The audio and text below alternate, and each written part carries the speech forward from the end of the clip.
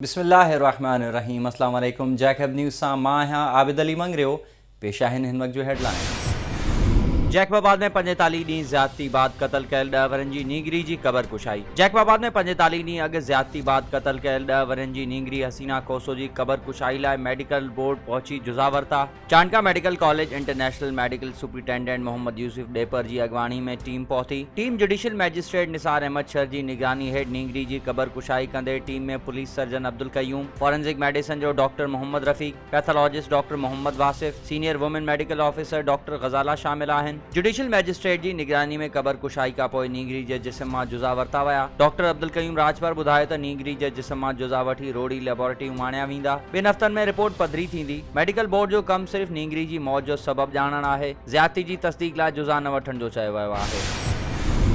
जैकबाबाद में ward number 22 ते ज़िमनी चूंड ते पीपी में इख्तलाफ पइजी विया। पीपल्स पार्टी जे अॻूणे एमपी मोहम्मद असलम अबड़ो जो पुट पीपल्स पार्टी उम्मीदवार आसिफ अबड़ो चूंडनि तां हथ खणी वियो। आसिफ अबड़ो पंहिंजी रिहाइशगाह ते प्रेस कॉन्फ्रेंस कंदे मीडिया सां ॻाल्हाईंदे चयो त पाकिस्तान पीपल्स पार्टी डिविजनल सदर एजाज हुसैन जकाणी पीपी जे डिविजनल पार्टी जी पॉलिसी जी ख़िलाफ़ वर्ज़ी कंदे अंदरूनी तौर आज़ाद उम्मीदवार जी हिमायत करे रहियो आहे। जकाणी ख़ानदान खे मुंहिंजो म्यूनिसिपल जो वाइस चेयरमैन थियण बर्दाश्त न पियो थिए। ही चाहिनि पिया त अॻु जीअं हाणे बि डमी वाइस चेयरमैन मुंतख़िब कयूं। एजाज हुसैन जकाणी मूं ख़िलाफ़ थींदड़ प्लानिंग जो मास्टर माइंड आहे ऐं जेको मूंखे हाराइण पियो चाहे। यादि रहे त पीपी क़यादत अॻूणे एमपी मोहम्मद असलम अबड़ो जे पुट आसिफ अबड़ो खे मख़सूस सीट ते कामयाब कराए वाइस चेयरमैन जी टिकट ॾिनी हुई। 6 महीननि जो मुद्दो थियण ते मख़सूस सीट ते आसिफ अबड़ो खे चूंडजी अचणो हो, जंहिं लाइ वार्ड नंबर 22 ते ज़िमनी चूंडनि जो शेड्यूल 5 नवंबर ते रखियो वियो आहे। ज़रियनि मूजिब इहो मालूम थियो आहे त वार्ड नंबर 22 जी टिकट पीपी तरफ़ां अॻूणे दस्तबरदार थियल उम्मीदवार तनवीर बिरोई खे ॾिनी।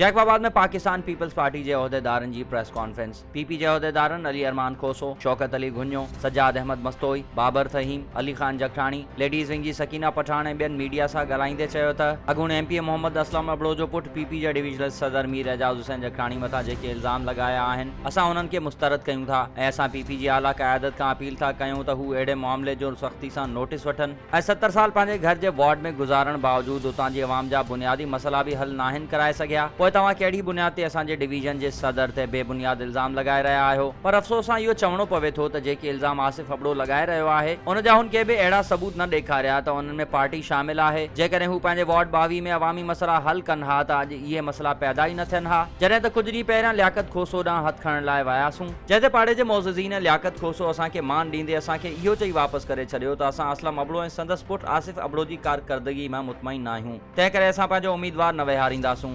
आसिफ अबड़ो ज़ाती बुक्स कढण लाइ डिविजनल सदर मीर एजाज खान जगठाणी ख़िलाफ़ प्रेस कॉन्फ्रेंस कंदे इहो चई रहियो आहे त इहो सभु कुझु मूंसां एजाज हुसैन जगठाणी कराए रहियो आहे। उहे पंहिंजे वार्ड जी इलेक्शन नथा खटे सघनि, पोइ उहे एमपीए जी टिकट लाइ कीअं था उम्मीदवार थियनि ऐं आसिफ अबड़ो वार्ड नंबर 22 ते चूंड विढ़ण खां अलाए छो लवाए रहियो आहे। जॾहिं त इलेक्शन जी वर्क बि शुरू न थी हुई त पोइ आसिफ अबड़ो अॻु में ई पंहिंजा फॉर्म वापसि छो वरिता, जॾहिं त आज़ाद उम्मीदवार लियाकत खोसो जो पीपल्स पार्टी सां को बि ताल्लुक न आहे। 2018 जी इलेक्शन में लियाकत खोसो अॻूणे एमपी मोहम्मद असलम अबड़ो सां पिणु गॾियो। ठुल में बिजली जो करंट लगण सबब नौजवान फौत। ठुल बाईपास वटि अनाज मंडी भरिसां ट्रॉलर 11,000 वोल्टेज जी तारनि सां टकराइजी वई, जंहिं नतीजे में करंट लगण सबब नौजवान सख़्त ज़ख़्मी थी पियो, जंहिंखे गणती जोगी हालत में तालका अस्पताल ठुल मुंतकिल कयो वियो, जेको ज़ख़्मनि जा सूर न सहंदे फौत थी वियो। फौती नौजवान जी सुञाणप मनसब अली पठान तौर थी आहे। पुलिस मूजिब मक़तूल जे वारिसनि सां राब्तो करण जी कोशिश कई पई वञे। राब्तो थियण बाद लाश वारिसनि हवाले कयो वेंदो। खैरपुर नाथन शाह में ज़मीन की खरीदारी ऐं कब्जे खिलाफ प्रेस कॉन्फ्रेंस। ज़मीन खरीदार अब्दुल रशीद खोसो समेत बेवा सैयदा सकीना बीबी ज़ाल मरहूम सूमर शाह इल्ज़ाम लगायो आहे त मुंहिंजे मुड़िस जी 10 जरेब ज़मीन देह चीचापुर रेती में आहे, जंहिंजो केस केन शाह जे सिविल कोर्ट में हलंदड़ हो। 2019 में अदालत फ़ैसिलो ॿुधाए एएसआई अली अकबर शाह खे 14 वीसा ज़मीन जो हिस्सो ॾिनो वियो। मुंहिंजा ॿिया बि 3 पुट मोहम्मद अशरफ, अब्दुल सत्तार, अब्बास शाह ऐं 4 न्याणियुनि जी औलाद आहे, जंहिं मां पंहिंजे हिसे जी 2 एकड़ ज़मीन अब्दुल गफूर खोसो विकिरो करे ॾिनी, जंहिं तां नाफ़रमान पुट वेरी बणिजी वियो आहे। अदालत जे फ़ैसिले जी ख़िलाफ़ वर्ज़ी करे 10 जरेब ज़मीन ते कब्ज़ो करे वेठो आहे। पुट पुलिस वर्दी जी आड़ में मूं माउ खे लॉकअप करे मुंहिंजे पुट अशरफ शाह ऐं न्याणी रुबाब शाह ते कूड़ो केस दाख़िल करे खेनि हैदराबाद सेंट्रल जेल मोकिले छॾियो आहे। अहिड़ी शिकायत एसएसपी दादू शबीर अहमद सिठार के कई आहे। बावजूद भी तदारुक नथो कयो वञे। मुस्मात Saeeda Sakina Bibi chief justice Sindh high court governor Sindh का नोटिस वठी नाफरमान पुट खिलाफ कानूनी कार्रवाई करे इंसाफ जी अपील करे छॾी। छठो में MQM पारा फलस्तीनी मुसलमान भाइरनि सां यकजहती रैली कढी वई, जंहिंमें इंचार्ज ज़मीर हुसैन पेरोज़ानी, मोहम्मद ईसा जोखियो, मोहम्मद जुनैद सिद्दीकी, उमर कमर, सैयद ज़फर अहमद, सईद शेख, कारकुननि मुख़्तलिफ़ फ़िरक़नि सां ताल्लुक़ रखंदड़ आलिमनि, मोअज़्ज़िज़ीन ऐं ॿियनि फ़लस्तीनी झंडा खणी इसराइली जारियत ख़िलाफ़ सख़्त नारेबाज़ी कई। अॻवाननि मीडिया सां ॻाल्हाईंदे चयो त आलमी बिरादरी, अक़वाम मुत्तहिदा, इंसानी हुकूकनि जूं तंज़ीमूं फ़लस्तीन ते जारी इसराइली जारियत, बर्बरियत ऐं ज़ुल्म खे फ़ौरी तौर बंदि कराइण लाइ पंहिंजो भरपूर किरदारु अदा कनि ऐं खेनि खाद ख़ुराक दवाऊं पिणु फ़राहम करण लाइ फ़ौरी क़दम खयां वञनि।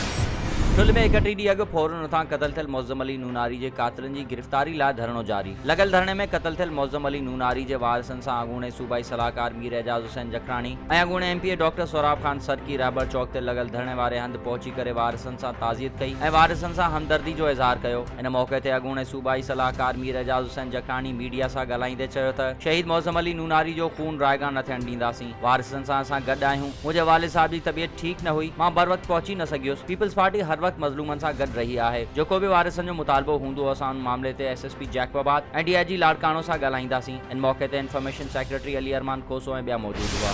कंदकोट में 7 साल अॻु मुबैना तौर अगवा बाद बदफैली बाद क़तल कयल नींगरी जे वारिसनि जो एहतजाज। मक़तूल जी अमड़ मुस्वात शहूराम भयो ऐं मक़तूल शागिर्द नादिर भयो जे नंढड़े भाउ फरीद भयो मीडिया अॻियां दाहींदे चयो त 7 साल अॻु मुंहिंजो नींगर 12 वरनि जो नादिर भयो जेको ॻोठ कयास ख़ान भयो में स्कूल पढ़ण वियो त वापसी ईंदे ॻोठ कयास ख़ान भयो जा रहवासी जाबदार अरसला भयो, जंगल भयो, रिज़वान भयो ऐं ॿियनि जाबदारनि मुबैना तौर अगवा करे साणस बदफैली करण बाद कुहाड़ियुनि सां गभा करे टोड़ी बंगले भरिसां मिट्टी में पूरे छॾियो हो। हिकु हफ़्ते जी ॻोल्हा बाद क़तल थियल नींगर जो लाश मिलण बाद वाक़े जो केस दुरानी महर थाने ते दाख़िल कयो वियो हो, जंहिंमां 4 जाबदार पुलिस गिरफ़्तार करे चालान करे छॾिया हुआ ऐं कोट सगोरी में जाबदारनि पारां नींगर खे क़तल करण जो एतराफ़ पिणु कयो वियो हो। पर मुंहिंजो पीरसन सोरो जेको केस में फरियादी हो हू अणपढ़ियल हुजण करे वकील बिरादरी ऐं पुलिस जाबदारनि खां गरी रिश्वत एवज़ फरियादी खां ख़ाली पन्ननि ते अंगूठा हणाए जज खे राज़ीनामो लिखी ॾेई मुंहिंजे बचे जो खून लोड़ण चाहिनि था। मुतासिरनि IG सिंध खां मुतालबो कयो आहे त बिना कंहिं देर जे मुलविस जाबदारनि खे गिरफ़्तार करे असां सां इंसाफ़ कयो वञे। ॿी सूरत में असां SSP ऑफिस आॾो पाण खे बाहि ॾेई साड़े छॾींदासीं।